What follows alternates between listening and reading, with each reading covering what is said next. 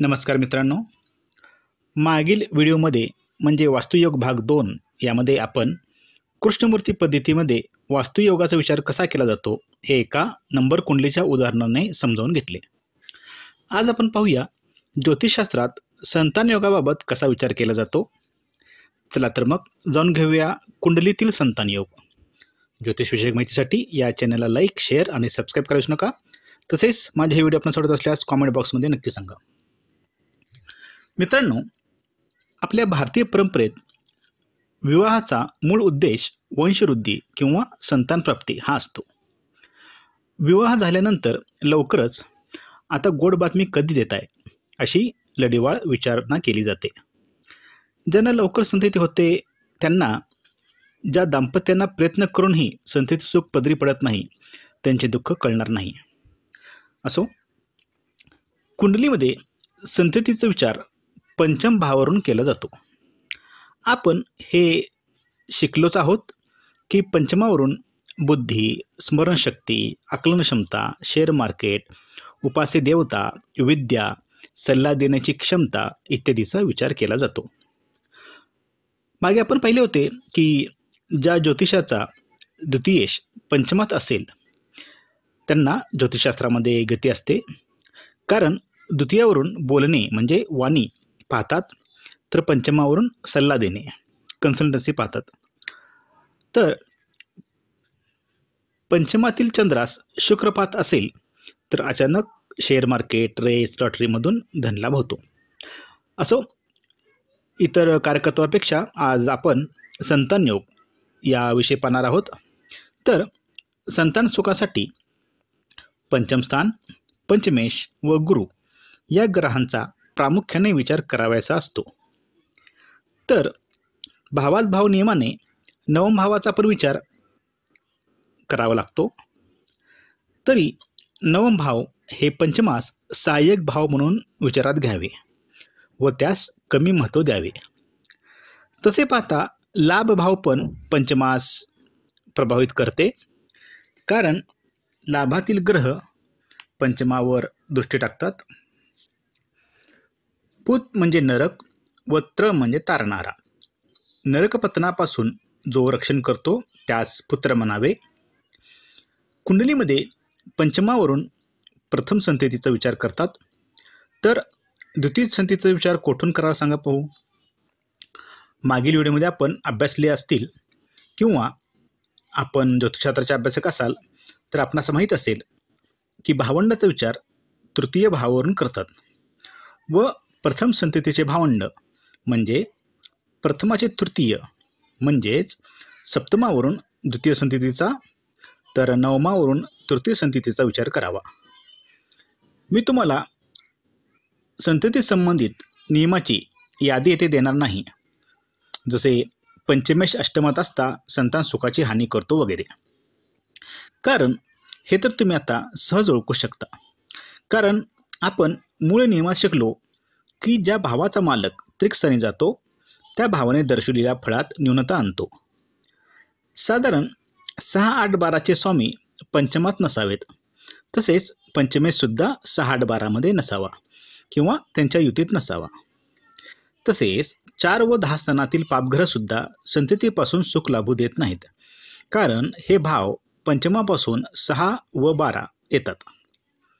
तुम्हाला मूळ गोष्टी माहीत असणे आवश्यक आहे. जसे पंचम भाव हे सुतस्थान आहे, तर गुरुवरून आपण मंगल कार्य, धार्मिक कार्य, श्रेष्ठता, शिक्षा, सिंहासन, सोने, घर आणि पुत्राचा विचार करतो. गुरु हा संततीचा मूळ कारक ग्रह आहे, तर वंशवृद्धी ही शुक्रावरून पाहावी, कारण शुक्र हा वीर्यकारक आहे. समजा वैयात मीनेचा गुरु असता, तो शुभ समजाल की अशुभ विचार करा. मला माहीत आहे असे एका ग्रहावरून शुभाशुभत्वाचा विचार करता येत नसतो, तरी तुमच्या लक्षात यावे म्हणून हे उदाहरण सांगत आहे. हा गुरु स्वराशीत आहे व नवमेश आहे, म्हणून याने परदेश गमन दिले. मात्र हा गुरु संततीस अशुभ होईल, कारण 12वे भाव हे पंचमाशे अष्टम भाव होय, म्हणजे पंचम स्थानाला तुम्ही लग्नस्थान समजले तर हा गुरु अष्टमात जातो.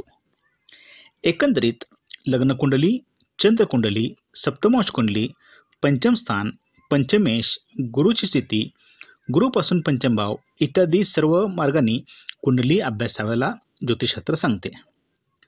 तरीही साध्या कुंडलीतील काही नियमांच्या किंवा योगांच्या आधारे साधारण अंदाज तुम्हाला येईल.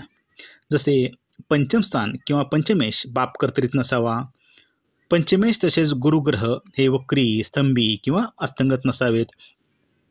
तसेच ते नीच राशीत, शत्रू राशीत, पापग्रहयुक्त त्रिकस्थानी नसावेत. ज्योतिषामध्ये राशींचे वाटप खालीलप्रमाणे केलेले आढळते. बहुप्रसव राशी कर्क, वृश्चिक व मीन आणि मकरेचा उत्तरार्ध. अल्पप्रसव राशी मेष, कुंभ, धनुचा पूर्वार्ध व मकरेचा पूर्वार्ध. अत्यल्प प्रसव राशी मिथुन.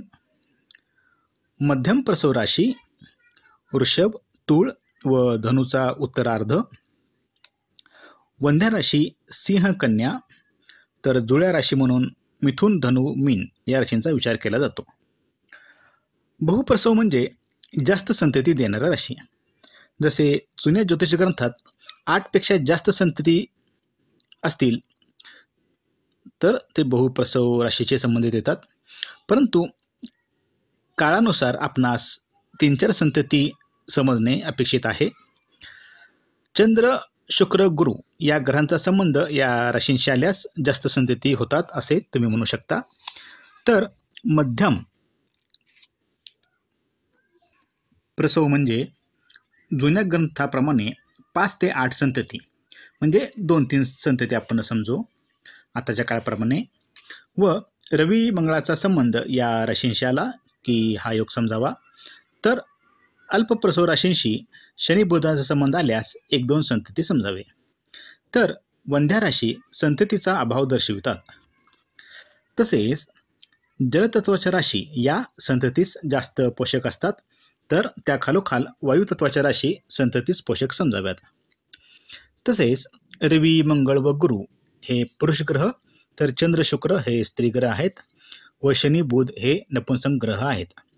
तरी शनी हा कन्या संतती देतो. पंचम स्थान व पंचमेश यांचा संबंध स्त्री ग्रहांशी असता कन्या संतती व पुरुष ग्रहांची असता पुरुष संतती होते. स्त्रीच्या कुंडलीत मंगळ राहू, शनी मंगळ, राहू शनी, रवी मंगळ, मंगळ हर्षल, मंगळ व अष्टमेश, रवी राहू अशी युती असता व विशेषतः धनिष्ठा, शततर्का, आश्लेषा, मूळ या नक्षत्रे असता सिझेरियनची शक्यता वाढते. पंचमातील पापग्रह स्त्री कुंडलीत गर्भपाताचे योग दर्शवितात. फलदीपिकेत गर्भसंभवाबद्दल एक नियम सांगितलेला आहे. त्याकरिता बीज व क्षेत्रबिंदूचा विचार करायला लागतो. बीज म्हणजे पुरुषाचा वीर्यबिंदू व क्षेत्रबिंदू म्हणजे गर्भसंभवाची शक्ती. शुक्र हा वीर्यशक्ती तर रवी हा गर्भशक्तीचा कारक आहे. कारण कालपुरुषाच्या कुंडलीत पंचमात रवीची सिंह राशी येते व गुरु हा संततिकारक.